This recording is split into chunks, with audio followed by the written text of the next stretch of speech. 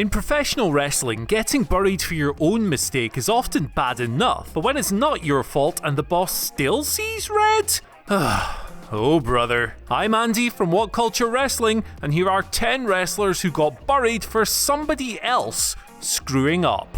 Number 10. Mike Awesome. When you're as ridiculous and spectacular an athlete as Mike Awesome, who was a legitimate 6'6" and 300 pounds but still one of the most agile wrestlers in the game, then getting saddled with dumb gimmicks like the fat chick Thrilla and that 70s guy is probably going to be a little frustrating. Given these awful gimmicks in WCW, Awesome believed that this was a consequence of being a distant relative to one Hulk Hogan, who was his cousin's uncle. Hogan had fallen afoul of WCW brass after Bash at the Beach and that main event fiasco, after which he actually sued Vince Russo and Time Warner for defamation of character after a worked shoot gone wrong. So, were these awful gimmicks punishment booking for Big Terry's big transgressions? Maybe, or maybe not. Either way, poor Mike. Those characters really sucked. Number 9. Muhammad Hassan. At one point, Muhammad Hassan was actually penciled in to beat Batista for the World Heavyweight Championship in Washington, D.C. Before that could happen, however, he saw his character turned into an insensitive terrorist caricature when he summoned a group of men in masks to garrote The Undertaker with wire, on the very same week that the London terrorist bombings happened. This awful situation led to the wholesale demise of Hassan's character, and he was written off TV soon after, never to return. The situation was so bad it made Hassan leave the wrestling business entirely, and at the end of it, he really shouldn't shoulder any of the blame. Yes, this was a terrible, insensitive character, but he was only doing what creative asked of him,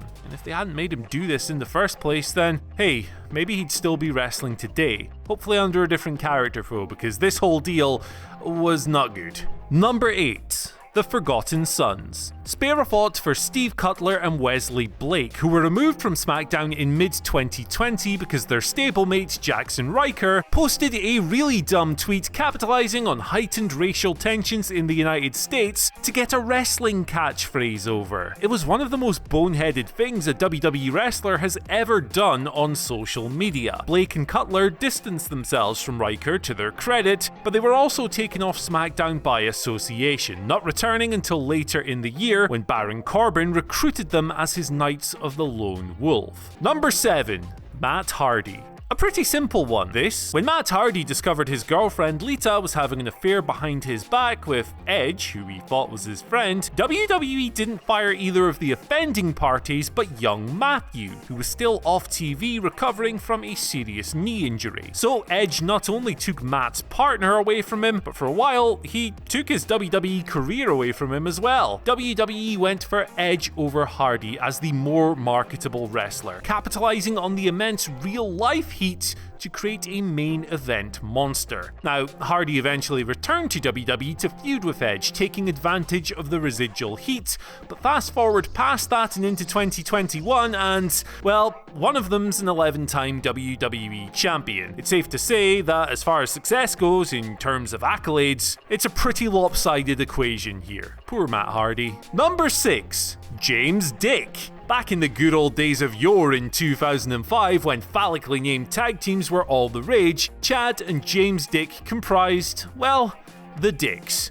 And they were wrestling primarily on WWE SmackDown. Things were going pretty well for these two wandering wallopers until problems arose backstage. Poor old Chad was getting ribbed, bullied, or whatever you want to call it, by JBL, Chris Benoit, and The Undertaker. Now, rather than laughing this off or no-selling it or just absorbing it, Chad got all kinds of upset about the treatment he was receiving, as was his right, and James, by association, got a lot of the residual heat when Chad decided he wasn't going to take it, and he had a few outbursts. This pissed James off, even though, confronting the actual ribbing would have probably been the nobler endeavour, and the two dicks even got into a backstage scrap over the whole deal. This was so bad that James actually needed stitches in his hand, and WWE subsequently lost all faith in the Helmet Twins, releasing them after a quick squash loss to the Boogeyman, of all people. Number 5.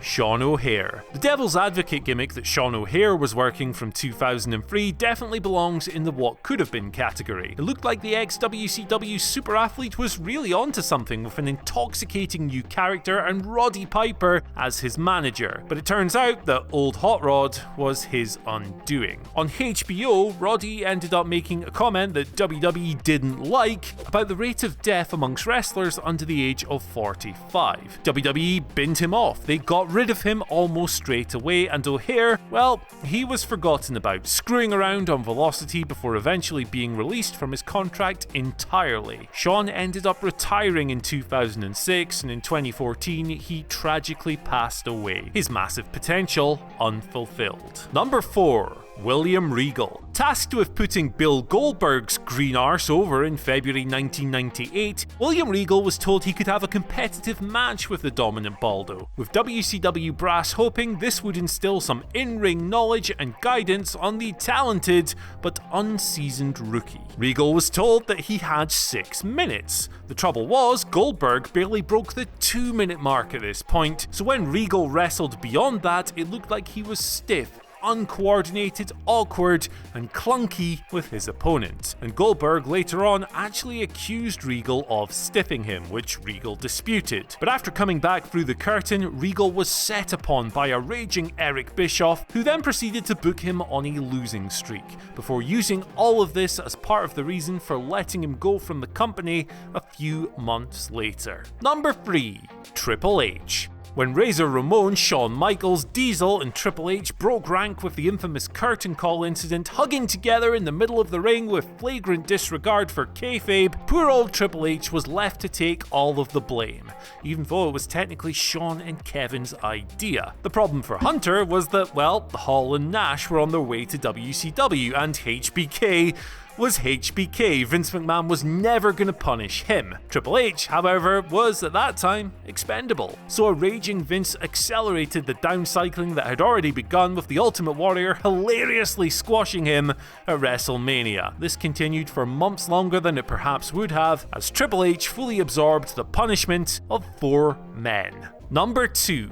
EC3. There are a lot of things that you or I could point to as the reason for EC3 not working out in WWE for a second time, leading to his big release in April 2020. But if you ask Jon Moxley, much of it was down to their failed feud shortly before the former Dean Ambrose bounced out himself in 2019. WWE attempted to book EC3 as the babyface against a heel Ambrose, going so far as to give the 1%er a quick win over the former WWE champion on Raw. The problem was that even though Mox was supposed to be the heel, in his own words, he was the biggest babyface on the house show loop at the time, and as a result, EC3 couldn't draw a cheer to save his life. So when the feud failed, EC3 was immediately cycled down the card, becoming no more than a 24/7 title jobber, where once it looked like he was on the path to glory. Number 1. Daniel Puder. The name Daniel Puder will always be synonymous with one moment in pro wrestling history. That fateful November 2004 episode of SmackDown, when he essentially locked Kurt Angle in a shoot submission, embarrassing the former Olympic gold medalist in a tough enough contest that was originally designed to show Angle putting rookies through their paces. One person was supposed to be getting embarrassed here. It was the opponent, not Kurt. When Puder, a legitimate fighter, stepped up, he quickly put Kurt in a Kimura, humiliating Angle by coming dangerously close to breaking the arm until the bout was called off in Kurt's favour. This was effectively the death knell for Puder's WWE career. Continuously tested by other wrestlers for making one of their own look silly, his only other televised match was the 2005 Royal Rumble, in which Eddie Guerrero, Chris Benoit, and Hardcore Holly beat the holy hell out of him, making Puder look like a joke. Soon, Daniel was on the train back to OVW,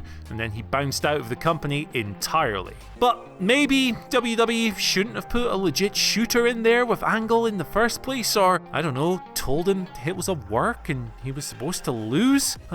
Daniel, you poor bugger. So that's our list, but what do you guys think? And can you think of any others? Let us know in the comments section below. After that, don't forget to like, share, subscribe, and ring the bell for notifications. After that, you can follow us on Twitter at WhatCulture WWE and myself at Andy H. Murray, where you can tell me how wrong I am. Goodbye.